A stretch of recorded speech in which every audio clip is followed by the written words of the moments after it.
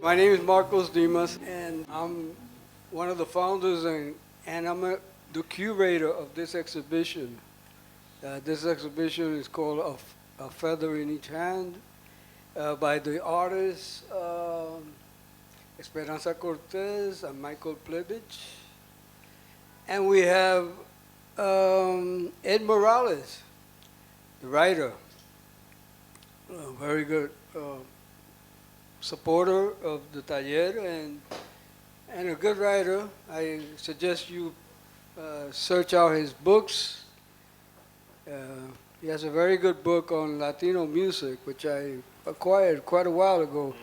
And, I was fascinated because a lot of the stuff you were talking about, I lived it. So anyway, I felt kind of enthralled by that. Anyway, so today we are going to do an artist talk. We're going to talk. Ed's going to moderate, and we'll see where that leads us. So I guess take it away, Ed. Okay, well, thank you for inviting me to help you discuss this exhibition. Offhand, it's an interesting intersection between Esperanza's take on human rights in Colombia and Michael's take on the politics of immigration and the invisibility of the immigrant experience, which is, we're mostly talking about Mexico and Central America. That is, although, as you know, the amount of Latinos only form a percentage of the total number of undocumented immigrants in the United States, and in a sense get over-publicized and demonized as a result of that. And also, the majority of Latinos that live in the United States are not immigrants, but right now there's a new stereotype that has been created, that talks about Latinos, basically equates them with being immigrants, even though most of us have lived here for generations and speak English as well as Spanish. So the first thing I wanted Marcos to talk about, why you wanted to have this exhibition and what was it about their work that you felt really fit into what you wanted to bring up in the public eye and how it fits into the Taller Boricua, the aesthetic. Aesthetic, yeah. Well, yeah, I think, I think it's not only the Taller Boricua aesthetic, I think it's the aesthetics of a whole generation of art that came up from the 70s on. And a lot of this work, I selected it because it's work based on objects, and that aesthetic was sort of like born out of the 70s, and it incorporated like a lot of the artists who were practicing during that period. So how does Michael and Esperanza fit into this whole spectrum of aesthetics that have been? It's interesting because is this part of the New York aesthetic, or is this part of the outsider aesthetic, or is this part of the American art history aesthetic? So all these things are sort of like lurking in the background still after 30, 40 years, And so in a way we have to give vision to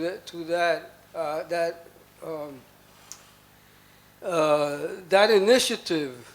And so that basically that's why I think I selected this work, because I think it's a continuation of this, which is called the outsider aesthetic, or whatever it is called, because actually it doesn't have a place yet, I think, in art, in the written art history of the Americas. Um, so I think we have to push that, and get it validated. So anyway, that in a roundabout way, and I also like their work quite a lot. Yeah.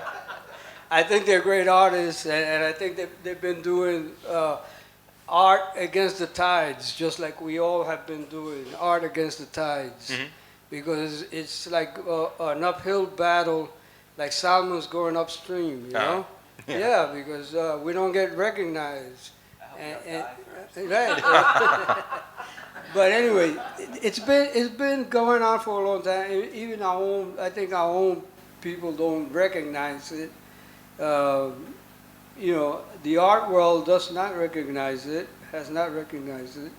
So anyway, as an alternative art place, that's what we're about. We're about doing things like that fit into that mold. So that's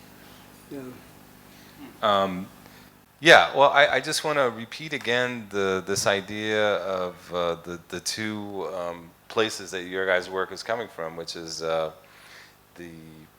it represents how the powers that be in our hemisphere affect the Latino experience, and the Latino experience is divided between those of us who live in the United States and are U.S. Latinos, and then what's happening in Latin America, which at times, creates the immigration that becomes so controversial, right? So that I like to stay in touch with both sides of the issue, and it's funny because a lot of people focus on one thing or the other. There's a lot of people you get in the academy and like they're all just focused on Latin America, and they don't know a thing about what's going on with U.S. Latinos. And then those of us who are U.S. Latinos, unless we make a big effort, we lose touch with what's going on in Latin America. So that's kind of a really nice thing about the show. So I wanted to ask Esperanza a little bit about how some of the works in the show flow out of your previous work. I've seen a lot of your previous work. There's object use in them, and a lot of times they're parts of the body. You really are focused on the body, and so in this particular exhibition, you have objects that represent a fetus, and skulls, right? So tell me a little bit about how it evolved from your previous work, or how this is maybe even a culmination of stuff that you've been trying to work out for several years in your work. I don't think there's a button. Hello? Yeah, Oh, there look you at that. it's alive. Okay. I had no idea that it was working. All right. Well, as we were talking with Diogenes and Patricia, I've been doing encaustic paintings. In fact, I showed at a Taller Boricua in 1992. Marcos was the curator then, and most of the work were encaustic reliefs with clay images on top. And it all referred to the body. I mean, I think that the body is a great representation for people and culture.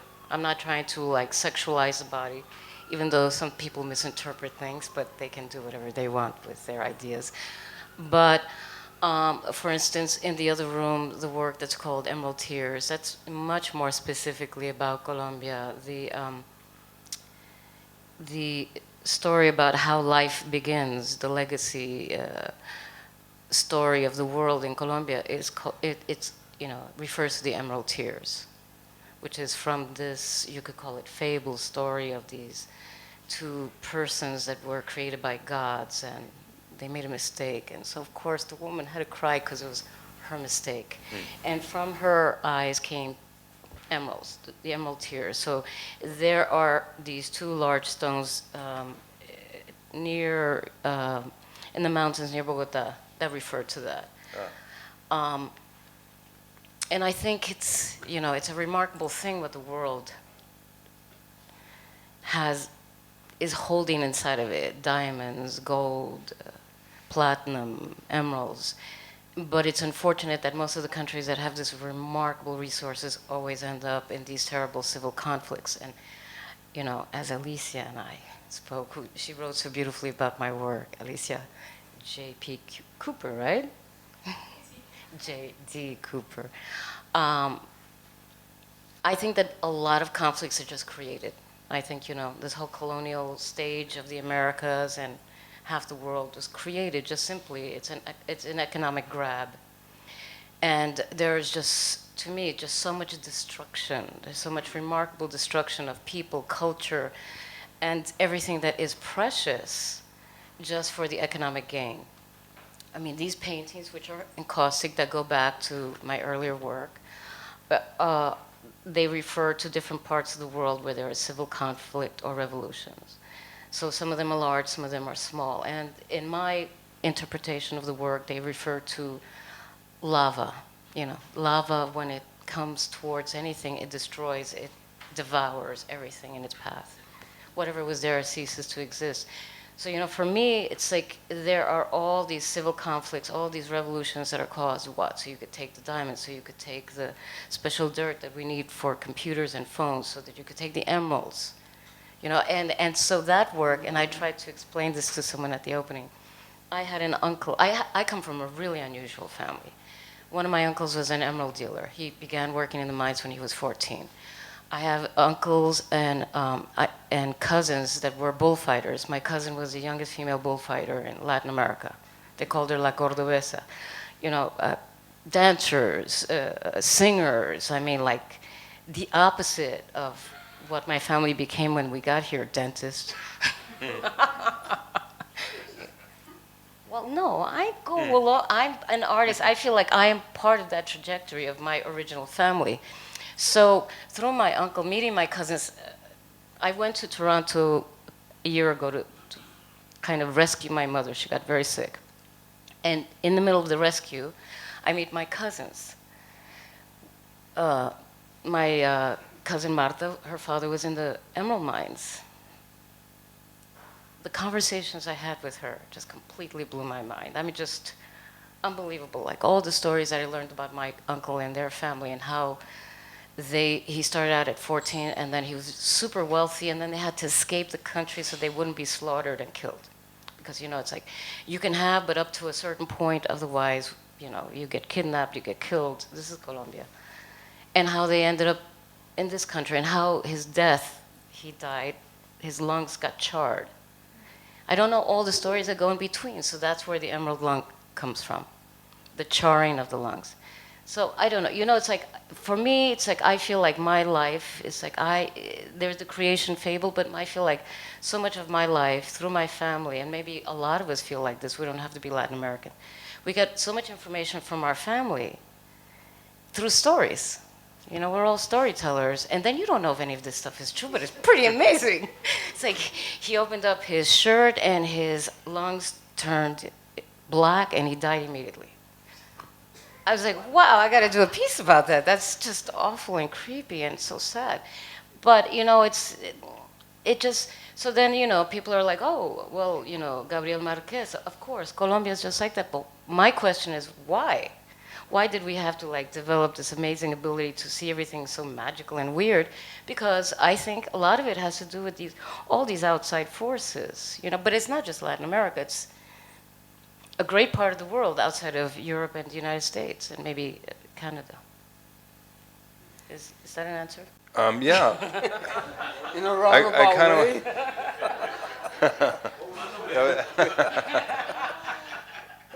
You know, a person's autobiography is always, you know, reflected in the work. I mean, you know, in some way. But I wanted to ask you though, the piece Black Gold that's behind you. You know, since most of the other pieces, with the exception of the painting, are, you know, just these objects that are self-contained, but you have kind of a bridal train of beads coming off of the black gold. Could you just talk about what that piece is about? Well, that piece is referring to the way the discovery of gold affects people. I mean, that's really why we were colonizing Latin America, because, Colombia was one of the entry points, and they discovered gold. And the Muisas had the fable of El Dorado. Yeah. And the Spaniards went, I don't mean to blame them. They got but the Museo de Oro. They became like totally nuts and insane to try to find this lake, which was part of the story of El Dorado. So it was a huge massacre, a giant massacre of like an amazing civilization. So, it's called black gold because, referring to oil, but also and you're right, it's like a bridal train. It's about this almost sacred ritual, but it's a ritual of death that we've had to participate in, and it doesn't matter what country we're from in Latin America or the Caribbean. I mean, from the introduction, and Native Americans in this country, it's African Americans in this part of the world. It's just like the more you know about what actually happened, it gets to the point where you've cried so much you run out of tears. It's just like, why? Really? So it's referring to that. It's like a trail of tears. Yes, Yeah. yes. There we go. And the extraction of the gold is, what creates the exploitation and the legacy of exploitation in the country. And in Colombia, Yeah. this is still going on. Yeah. And the government is in all this, fancy negotiations with European and American companies to come in, which is, that the paramilitary is set up really to protect certain lands, because 3/4 of the land people don't live in because the paramilitary will destroy them. Yeah. So it's, everybody thinks it's about a certain civil war conflict. No, it's about gold or emeralds or oil. I mean, Colombia's had oil forever. But I'm speaking about Colombia because I know about it. I'm not saying it's the only place. We can name different places that have different things. And where, the exploitation and the destruction of human beings and culture, which is more important than all those resources combined. So I'm always asking, why? I mean, it doesn't make any sense to me. Yeah. Well, the use of space has an effect, and then that stand there what is the significance of it? This is from a gold leafing company that existed right below me where my studio is. It was a company that existed for like 100 years. They would gold leaf invitations for the princess of so-and-so marrying the baron of whatever. Very important stuff, real gold. That was one of the stands that was created by the workers like 100 years ago, because at that time when people needed stuff, they got out the saw, they got out the wood, they got out the nails, they built it. And I'm just contrasting that to the time that we exist now, where if you need a chair, you go to IKEA, or you go here, you go there, which is a different form of exploitation, because I'm sure the people who are creating this stuff are not being paid well. Yeah. But there's a lot of loss in between. There, people were much more independent. People don't even, the average person doesn't make their own food. I mean, I think that's a loss of a lot of creativity and a lot of independence. Yeah. Okay, well, let me move on over here to Michael for a bit. Your work really involves found objects, which to me reminds me a lot of what was going on in the East Village in the 80s. A lot of people using found objects, and I always liked that medium. So you reference with the latter piece, infinite labor of the cosmic race. So you're sort of suggesting that there is an attempt for the exploited worker to ascend to a certain height, but yet you're kind of on this horizontal wheel that prevents you from moving up. Am I reading that right, or Partially. Yeah. All of the works have to do with labor. There's a I'm trying to do a couple of things. I'm trying to use my art to acknowledge labor that is around us. That for many people, I think the labor is invisible, and so I'm trying to recognize that in my work. And the other thing I'm trying to do, and it's kind of a new thing with this work, is bring a greater symbolism to the whole idea of labor. And in this piece, I'm using a horizontal ladder to reference symbolically the ascent to a greater life. I'm thinking of eternal life. And the rail, the brass rail, I use it because for me the brass tubing is a coded architectural material that often indicates class. Like in restaurants and the Upper East Side and apartment buildings, bars, it's like you're in or you're not in. It's a very subtle thing, but a very effective thing.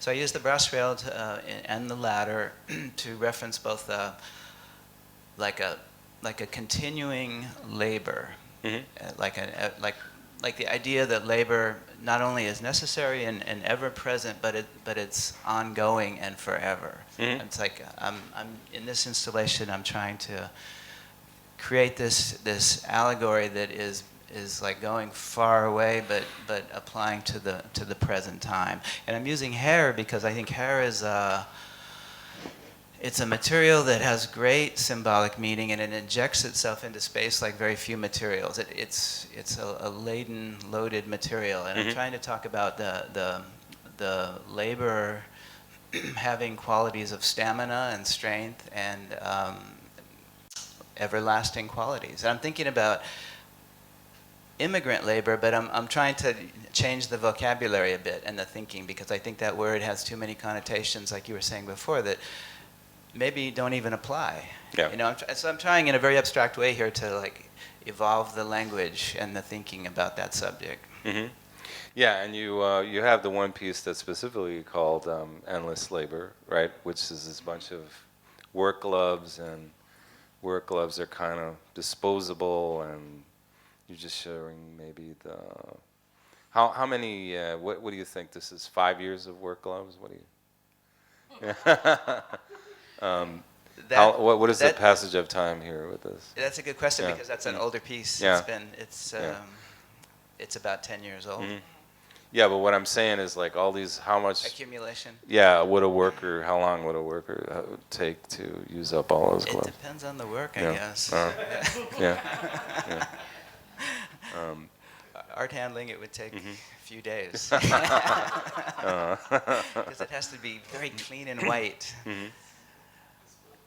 And well, this, the snare piece is really powerful. It's a very chilling image, because you're suggesting the imprisonment of the worker, which in the old days it was slavery and indentured slavery, and so we have like a newly dressed up idea of what that looks like. And even immigration reform seems to be working towards creating a different class of worker that can be exploited in ways that citizens wouldn't be.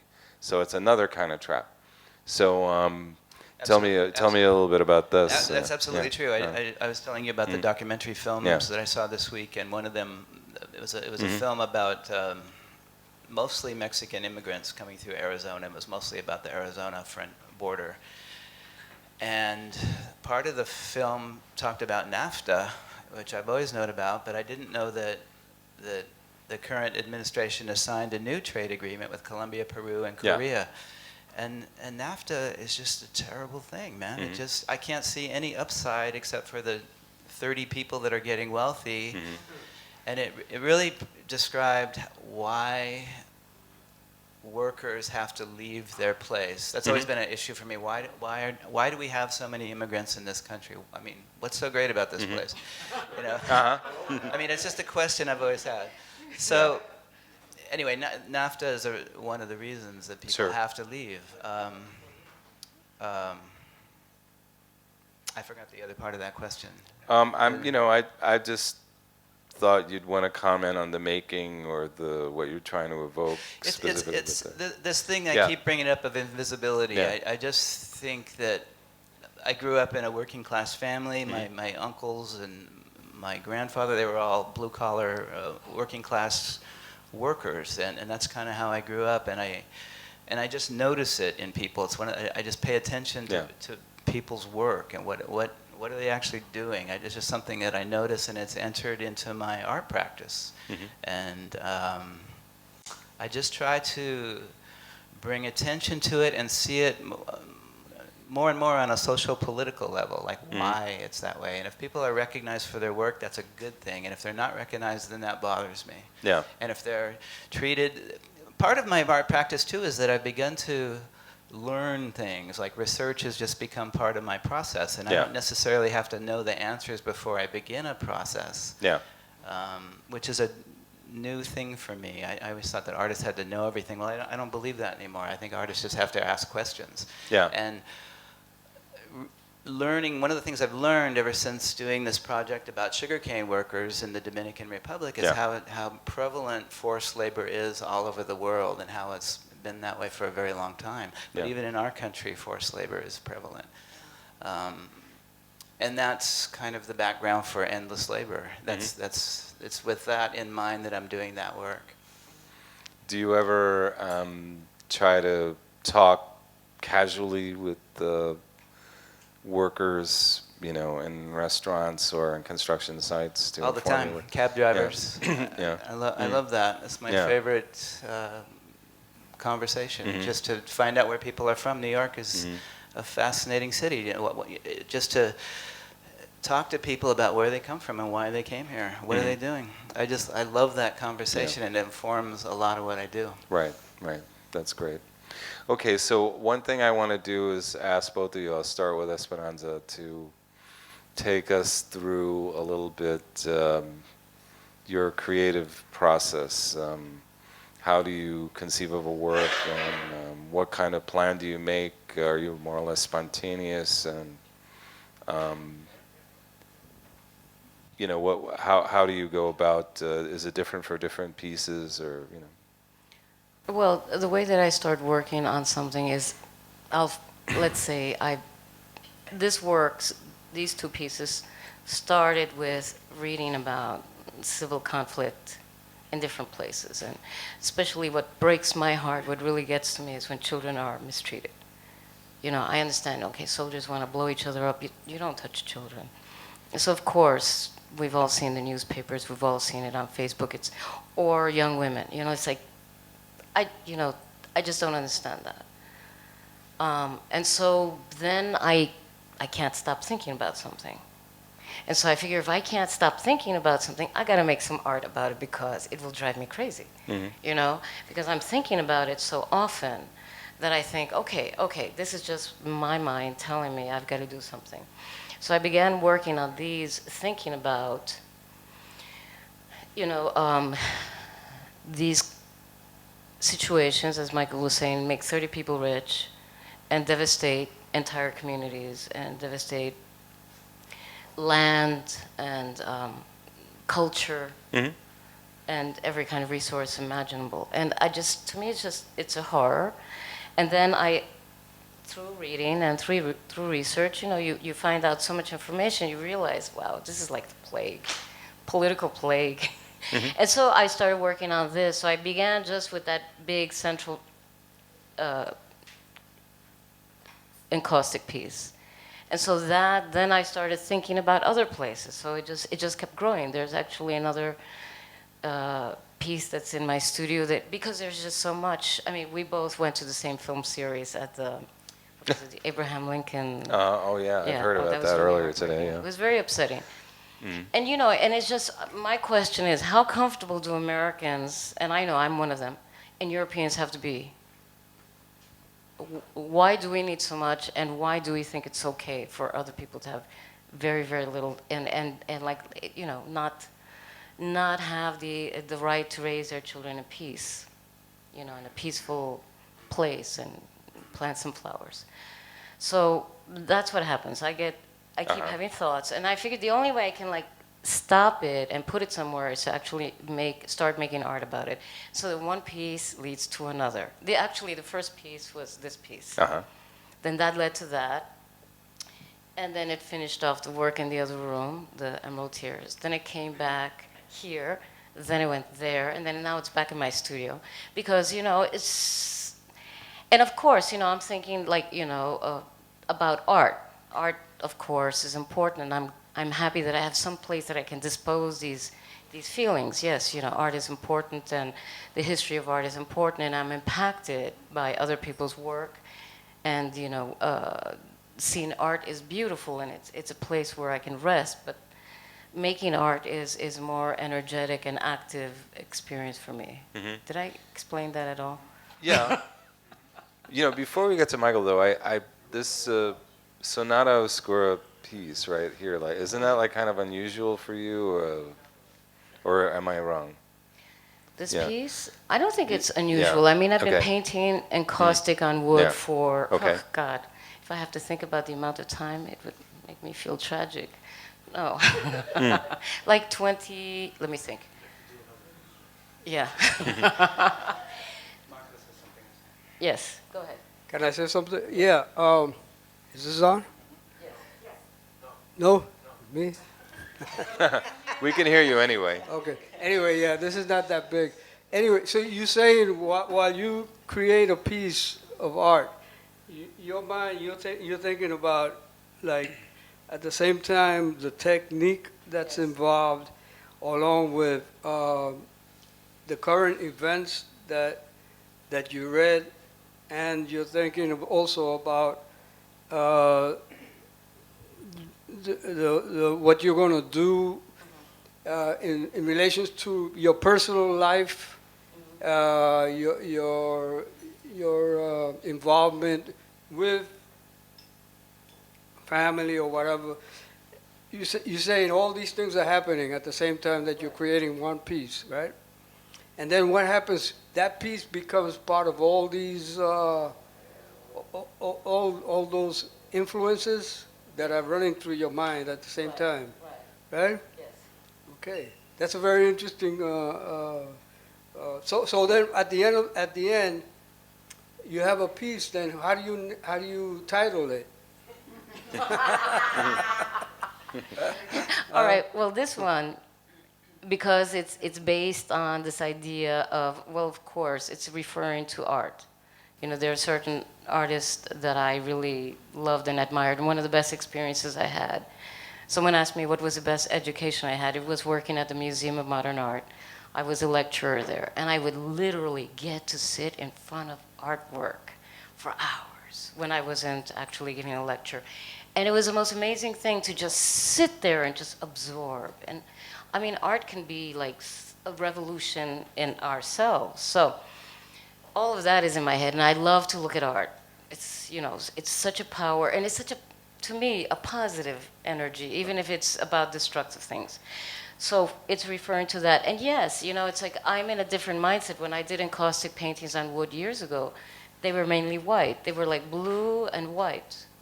I mean, I showed them in different museums and stuff, and they were dealing that. I was in a different state of mind, though. At that time, I don't know. I was so naive.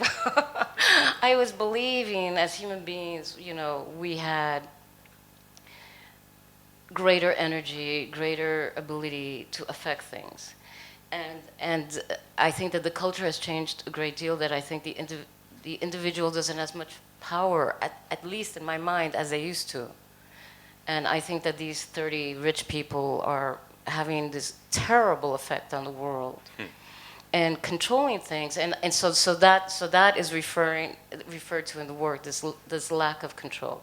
Okay. And as far as hanging works, I've been doing hanging works for years. What happened here is it's singular, and it's a little more aggressive. Okay. So can I say, Sure. in a sense, do you think then that the artist has a responsibility to civilization, to society, by creating their own work? I don't think we have a responsibility. I mean, every artist will choose that for themselves. For me, the person I am, I feel like that's what I'm reacting to. I feel like a sense of responsibility because I can't ignore the world. But that's just me. I don't think everyone has to do that. But for me, it has an impact. Because we already know that in general, the art world revolves around capitalism, right? You do a commodity piece, you sell it, you get money, you become a superstar or whatever, you know? So, and that's one of the things that we've fallen back on, because we've created a lot of art that deals a lot with, not, let's just say you guys, it deals a lot with society, it deals a lot with conscience and social conscience, et cetera, et cetera. There's 101 things. And in our society, that's not part of this is our system. It's not part of our system. So how do we overcome that? You know, while we're still practicing art righteously, dealing with whatever the issues, and then we have a whole world out there that's practicing so-called capitalism. In other words, you know, you got to sell your work. We all got to sell our work to survive. But then it comes to a level where no more do you need to sell your work to survive, but then it goes over, you know, and then you got the have-nots, and we got the 1%ers, and we got the 99%ers, just like everybody else. How do we overcome, or do you think we would ever overcome that and reach the other side, where we are fairly compensated for our work? Or what? I don't know. It's out there. I think that's a very personal question, and I think it's a big question, and we think about it, we talk about it a lot. For me, I think that the work has to speak to me. I have to get something from my own work to keep doing the work. I have to please myself first, and this is an ongoing thing. Like this piece here at Taller, I was very excited to do this piece because I always wanted to show here, and I wanted to do something special for this place. And I had a brand new studio that was empty, and then this installation resulted from that. But this was the first place I saw it. You know, I had drawings and little things in my studio, but this was like the first time I saw it, and I love coming up here just to hang out with it because I'm still getting stuff from it. And for me, that's what I need to do, is just please myself with my work and then do it as good as I can do it, and then try to share it as much as I can. Like, we worked really hard to promote this show in ways that we haven't really done before. And that's our own responsibility to ourselves to do that.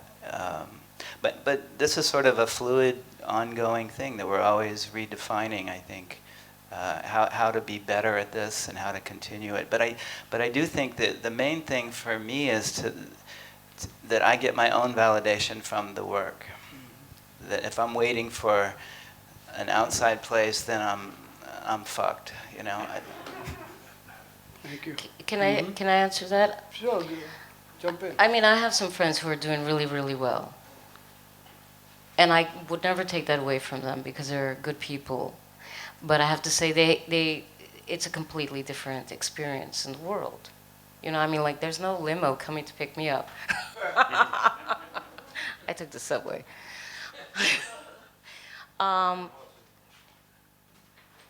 And I don't know if that's a negative or a positive because, you know, I think, you know, like the Jackson Pollock Foundation, if, let's say, artists can do very well and then they create a foundation, then everyone's doing better. I mean, I think it depends on how that person chooses to deal with their wealth. If people just adore the work and they're like, you know, okay, the drawing is 10 by 10, I'll take it for 30,000. Okay. That happens for some people, and it happens easily, and I cannot take that away from them. This idea of, you know, yes, we are working in a capitalist world. We are. Obviously, if it was more important to me, I would be in a different place. But not that I am against making a living. I do want to make a living, and, you know, and I know that when you show your work more, your impact is stronger, or at least people pay attention to whatever it is that your work is about. But yes, that's a very philosophical question that you're asking that we all need to think about in our own way. How do you answer that for yourself, Well, Marcos? yeah.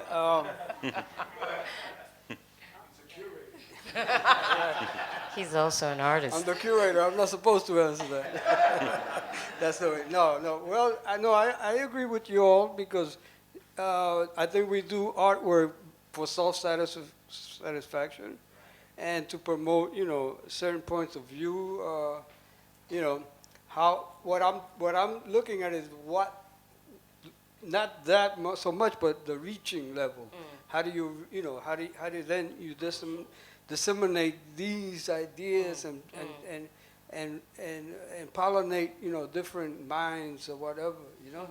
That's my preoccupation, Yeah. and not so much about doing artwork, but about reaching, about going over the hill. One of the things that we've done with this show is get writers to, like Alicia, to help us with that, because that's one of the tools that we're using to do that reaching with. Can I respond to that? Sure. Sorry, Alicia.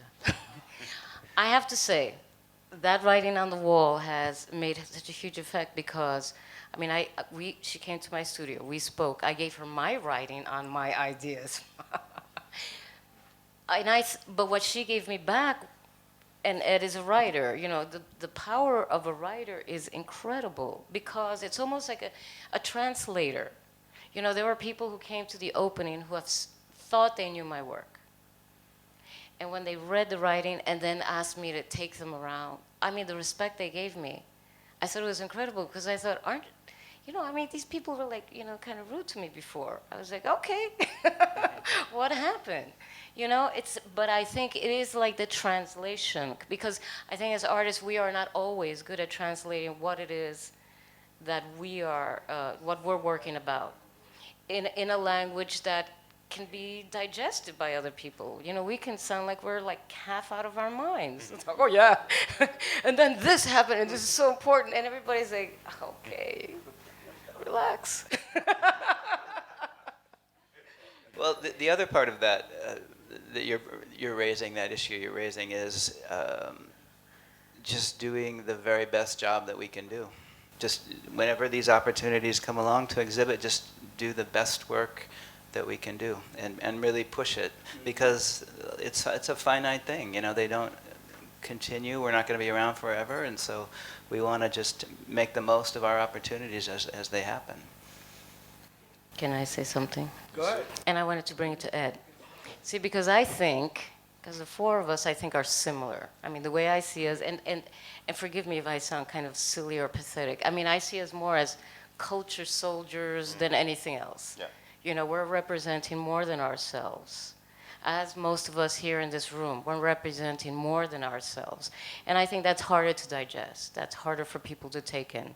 Because it's not just like, you're amazing with encaustic, that's incredible. Because it's more than just encaustic or your use of human hair is incredible, Michael. It's human hair over there, right? That's really creepy. But, I think then it's a different kind of artist. I think it doesn't fit in the, as writers also. You don't fit into the normal stream of capitalism. Is it time to take questions from the audience? I just wanted to chime in on this conversation that you guys have been having because, the art world that we're all experiencing nowadays, it's totally in a commodity-oriented marketplace. And there really aren't any other alternatives to that. Artists as creators, first of all, deserve to be compensated for what they create. But once they get compensated at one particular level, what happens to that artwork and how it appreciates in value or circulates or creates a brand, etc., is out of the control of most artists. And there aren't too many.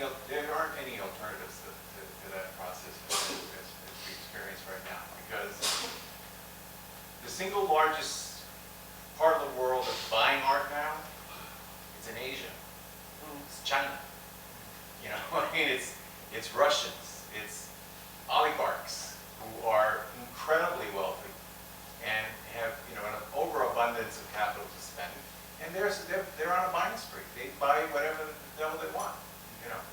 So there isn't any sort of safe refuge, you know, for idealistic artists to, you know, unless you don't want to sell your work. I mean, I just wanted to share that observation. May I answer that? I just don't Yeah, agree go with ahead. you. The idea of an artist to make sure his family has a lot of his work, whether it's a great-grandchildren or great-great-great-grandchildren, has his work, so that when somebody comes out of the woodwork and rediscovers him, they have some of his stuff that they can cash in with. That they don't say, at least he left us something. That's late blooming capitalism. If there was no capitalism, then there would be no reason to paint. But who you want to sell it to? Well, that's if you want to sell the work. Well, and how you want to buy paint? How you want to buy canvases? How you going to buy an easel? How you going to do all that? You make it. Make it. You're going to sit there and grind your own paint? They got pearls down the street. That's been done. Next question. Don't give that guy a little drink. They do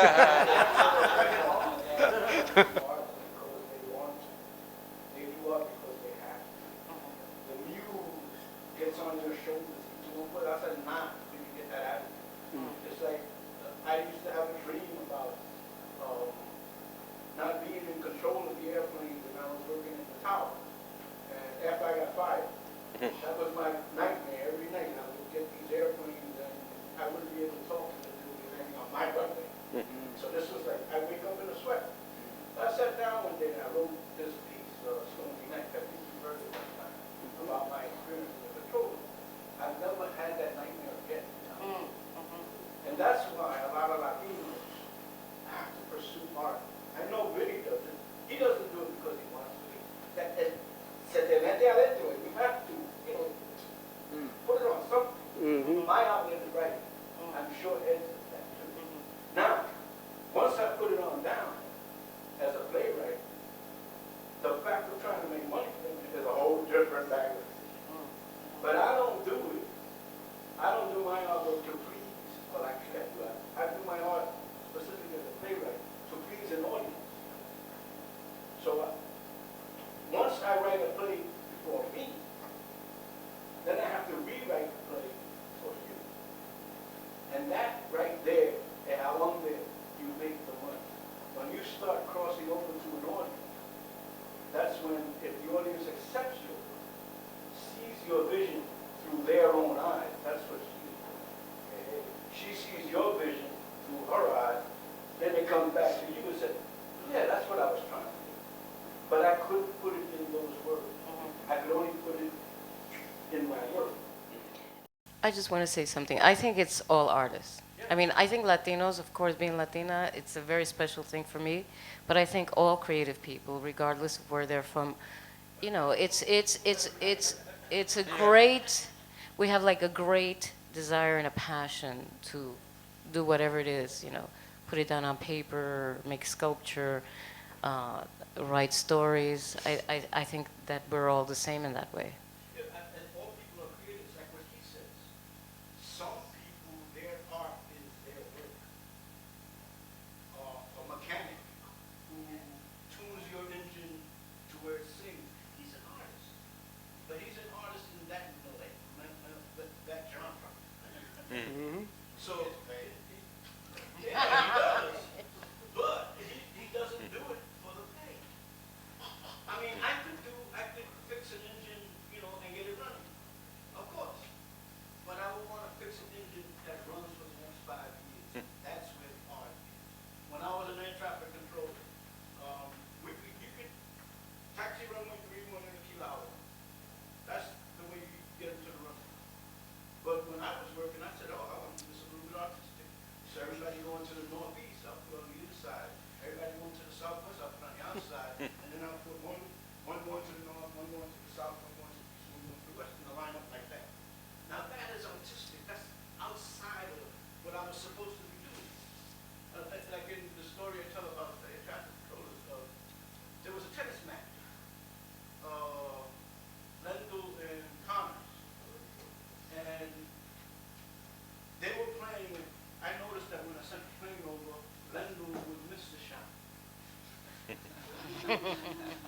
So I said, who do you want to win? We were watching it in the tower. Who do you want to win? They said, we want the American to win. Every time Lendl tried to return a shot, I put a clean on it. Every time he tried to serve, that's autistic. That wasn't Well, thank you for that. I want to open it up to the rest of the audience. Anybody? Thank you for explaining the work, because I think that one gets to appreciate and understand where you're coming from in your creative process when you come to take the time to explain from whence it came from. You know, an idea, a passion, a thought, or something you read, and that catapulted you to like then create that. But I'd just like to comment on the discussion that was had with regards to, I think that one of the big things that's lagging is the fact that we don't have enough people out there that are able to understand and appreciate our artwork to be able to write about it. That's so important. Anything in print, you know, is so valuable. And unfortunately, the work created by Latino artists, because I think we tend to have more artwork that speaks of the social conflicts rather than the other fancy avant-garde, whatever you want to call it nowadays.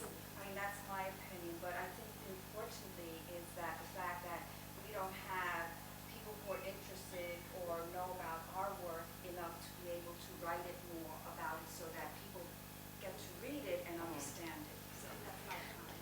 Well, I think sometimes it's because, and forgive me for saying this, we're insular. We look for another Latino to comment about our work, assuming that they understand it.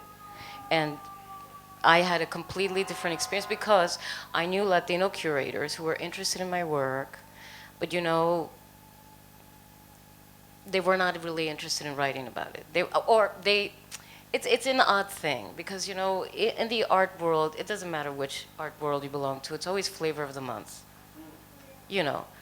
And if you're not the flavor of the month, it's harder to get people to write about your work seriously. But then I had the good fortune to meet Alicia at a show that I was in at Vista Latina show at Hunter College.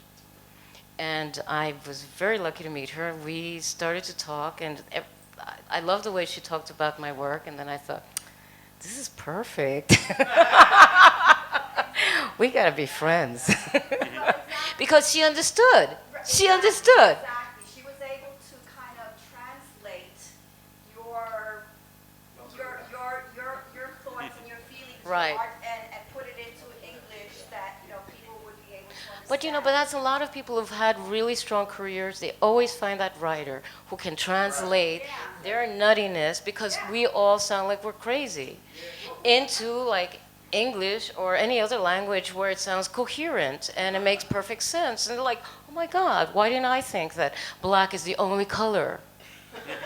You know, Ed Reinhardt's career was all about black. I mean, I loved his paintings. I mean, obviously, I was influenced. But, you know, I mean, like, I understand that kind of brilliance, but at the same time, I understand it partially because of the writers who wrote about him. Yes. And so I just think that we have to be very loving towards our writers. We have to be very sweet and stroke them, buy them drinks. There's a question back there. Well, I just wanted to say that there's part of it is your accessibility, the way both of you, which I saw some of your earlier work in your books and stuff I went through, and there's something about the object and the accessibility of your objects. Okay, and I find a lot in the art world that there's an intellectualism or a pseudo-intellectualism that the general public can't really grab onto, and both of you guys coming from working class backgrounds. I mean, when I saw that picture of the ladders, I fell in love with that because, you know, I was a house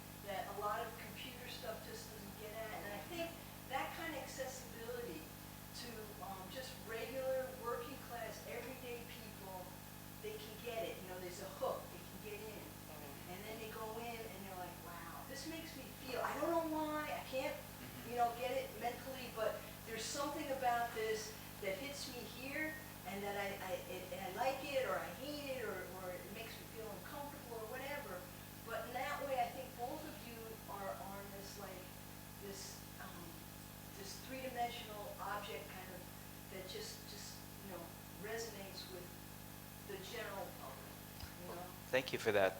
That's very well put. I think that I think we both. I think a lot of artists of color that make objects embody that. I mean, we gravitate towards a lot of sculpture that's made by artists of color because they somehow include those qualities that you're talking about.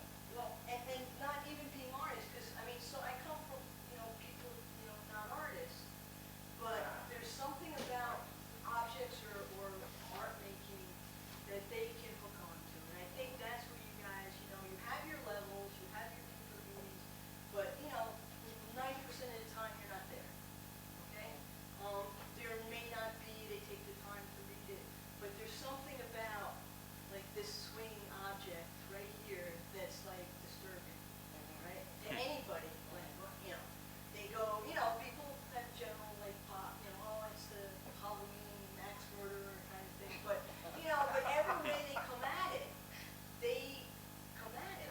and I think that that's the thing about having art in all situations, in all places, like the subways, community centers, so people, schools, kids that never see museums or walk by, all of a sudden, you see something hanging like this in the neighborhood, like, what's going on? I just want to say something. Just like Michael, I did construction work when Maya was little because I made more money doing that than other things. And I really enjoyed spackling walls. I was excellent. I was the best. I mean, I was the best surface person you ever met. I was the best finisher. And I did love it when you sanded down like all the different layers of the paint. I was like, oh my God, this is brilliant. And then after that, I was very lucky, got one teaching job after another, ended up in the Museum of Modern Art. I'm standing in front of very famous work, and I'm like thinking, they were house painters at one point, because otherwise you would never understand that kind of surface. And so, I mean, I think one thing that Michael and I and Marcos and Ed, we all have in common is that we don't believe in the class structure. Am I correct or not? I mean, to me, anyone that works with dignity, How do you mean that? anyone that works with dignity is a beautiful person. I mean, I don't believe in, like a friend of mine went to Colombia, and she came back, she says, oh, I really didn't like Colombia. And I felt a little offended. I'm Colombian, I was born there. And I said, why? And she says, oh, the class structure is horrible. Why is that my problem? I don't even believe in it. But this idea that the doctor is better than the house painter, I don't believe that. That the executive is better than the secretary. I don't believe that. Well, and if they all deserve art. They all deserve art. Oh my God, if that was true, the world would be a beautiful place. Yeah, wow.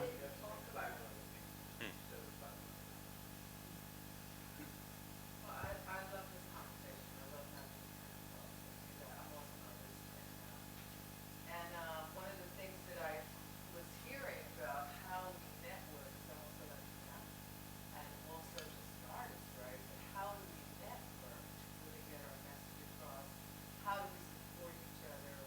How do we go to each other's shows, like outside of the Latino community, where I think we create also as a reaction against oppression that may feel more deeply than some other people that are not feeling that immediate economic thrust.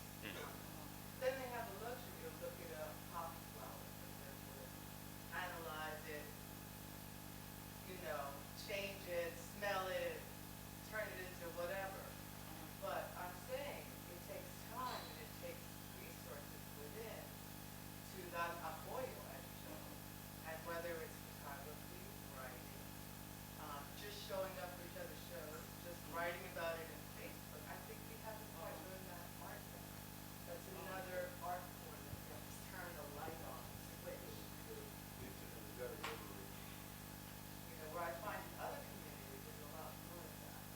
Maybe because there's more resources, maybe there's more time, maybe they don't have to work at that time when they have to go, oh, let's go to the art show, we'll find or hang out. We'll like write about each other's work.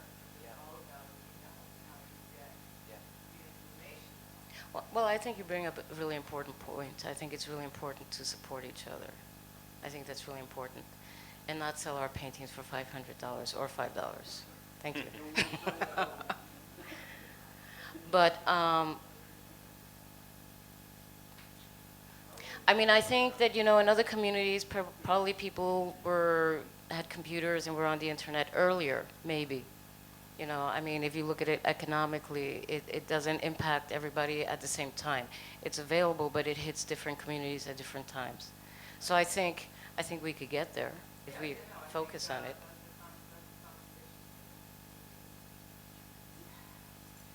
Do you want to have a question? I was thinking about the idea of the writer and the artist as a writer. And I was thinking about different artists in the past.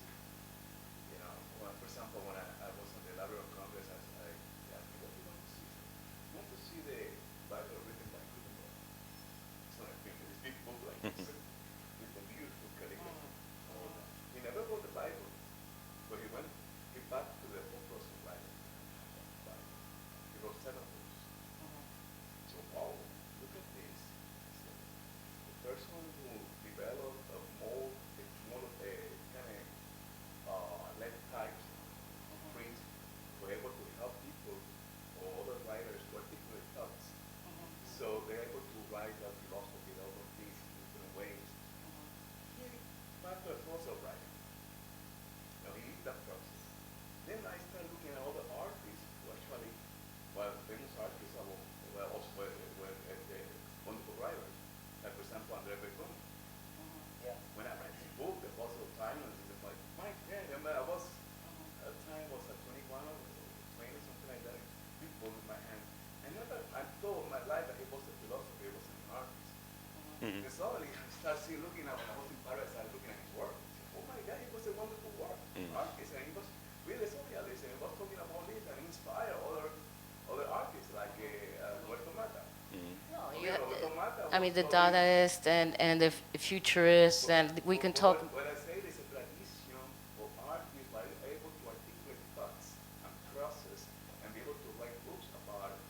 See, I remember I was teaching at Cooper Union. I saw that pioneer where the government actually make the point. I was 1989. Yeah, I told you about. I just tell students in the art critique, say, I think all those interesting artists should write a book.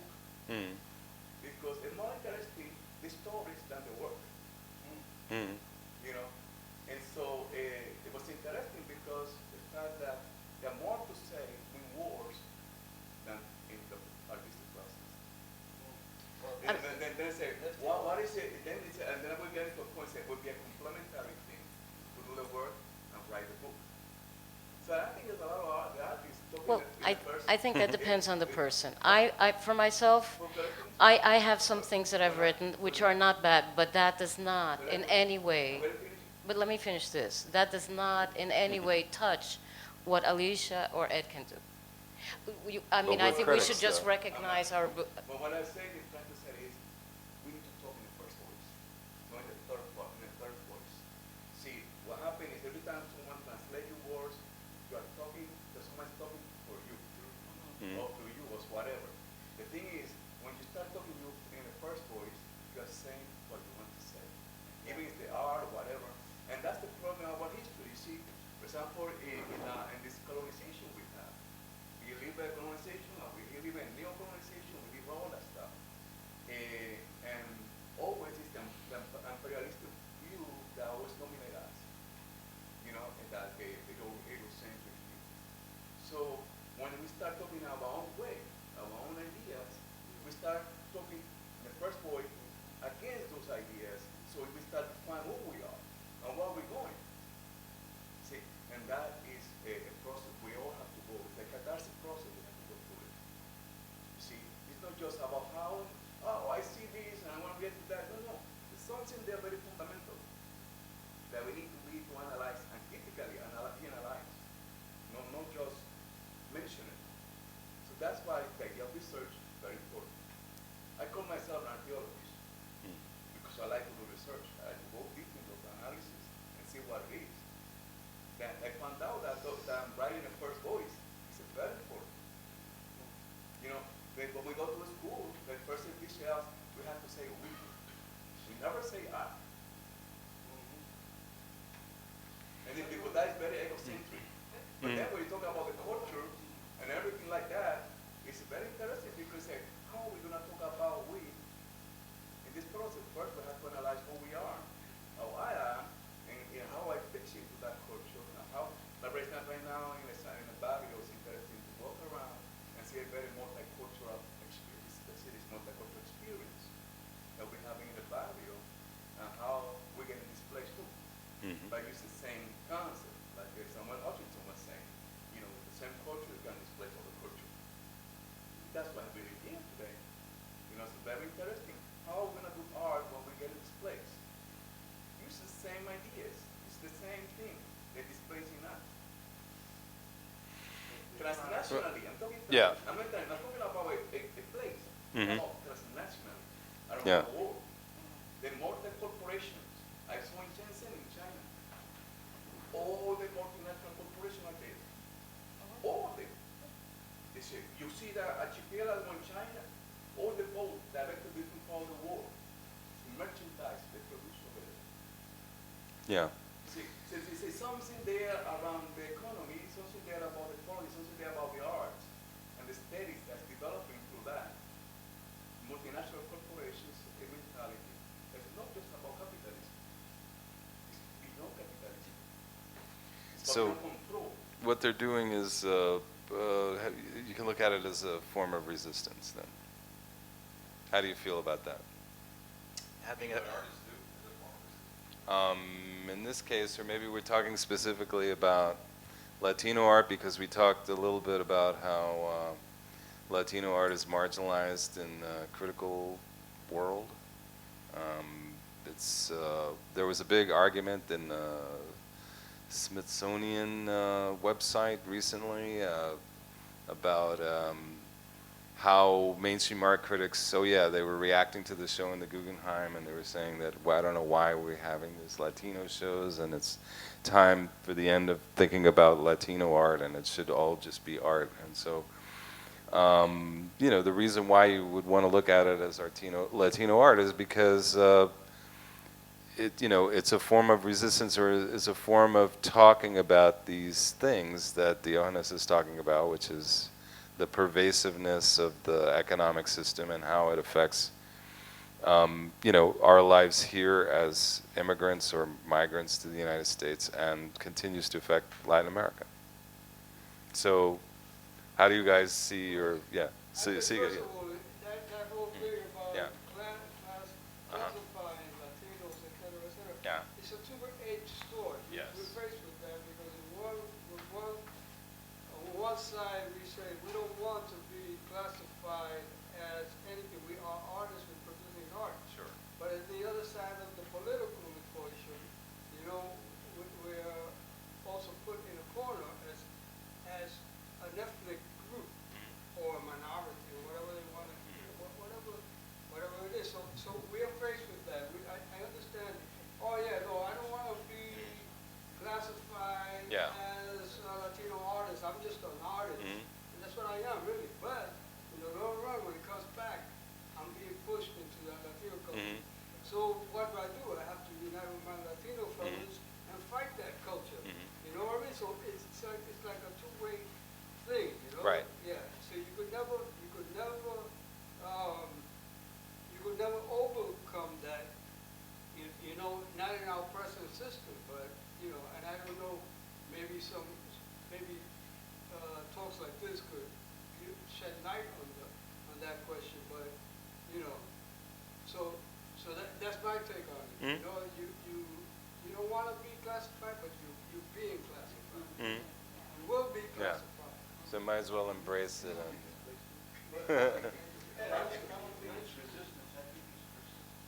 Uh-huh. Well, uh-huh. Okay. I am an Yeah. artist. I'm also Uh-huh. a Latino. Okay. That filters over into my art. Mhm. And there is a difference between cultures and their art. Mhm. And we have to celebrate that. Sure. And apologize. Yeah. No, that's very good. Yeah. Just like there's a difference between nationalities, and we should celebrate it. But when you talk about Latino, you're being dumped into a whole Mhm. conglomeration or whatever the word is of everybody's the same. It's under the Latino thing. Yeah. Not that I'm against it or pro or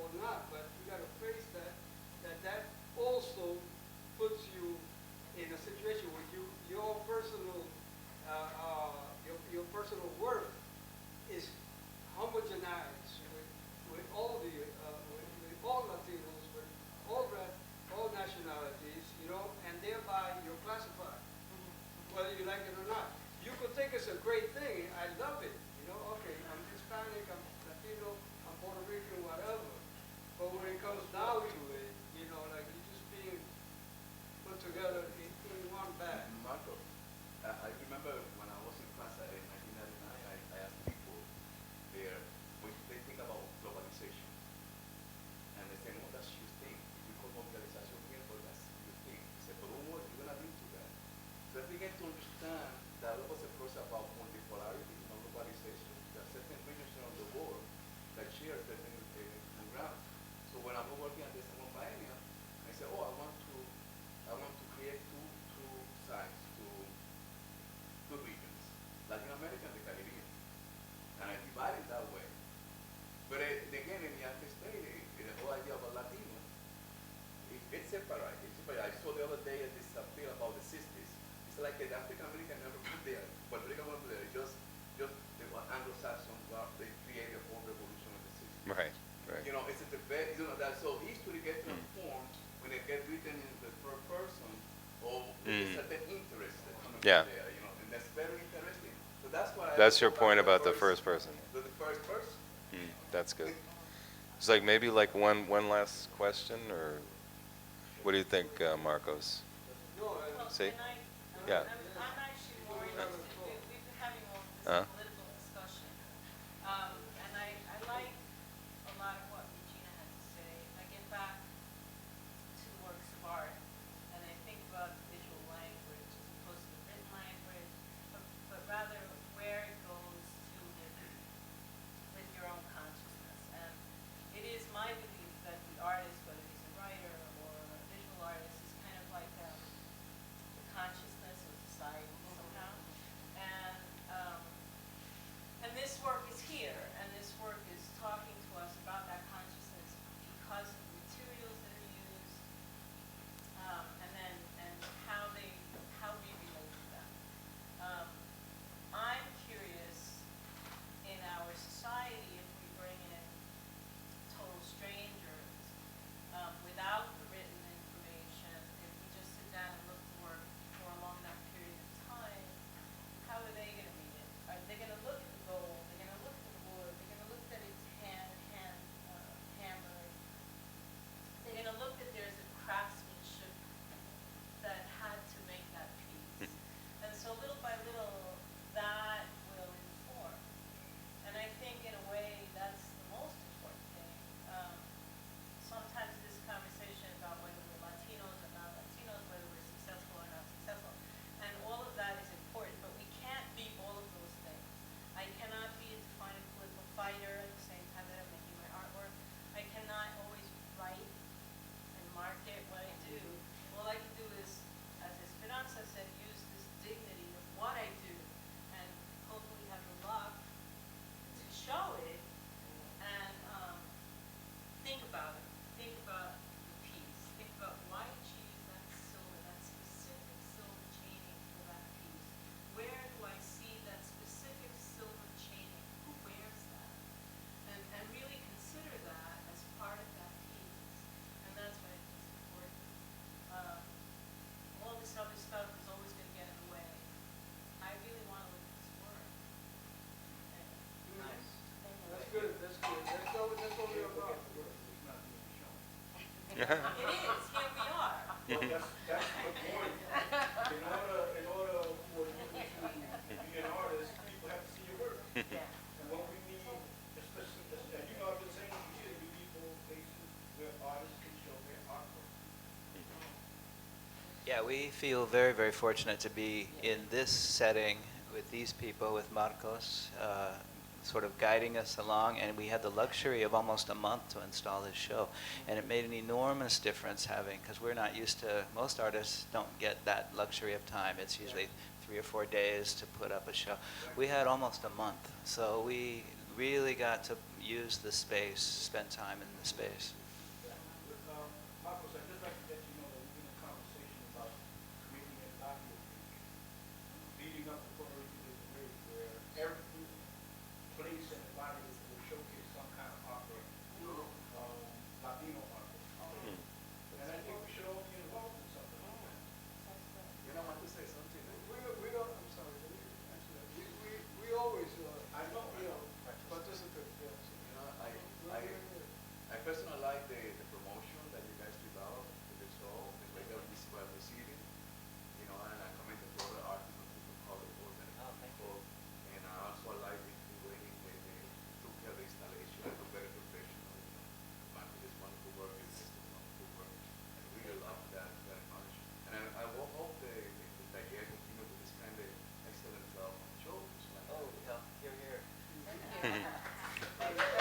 let's give him a round of applause Thank to you. the artist.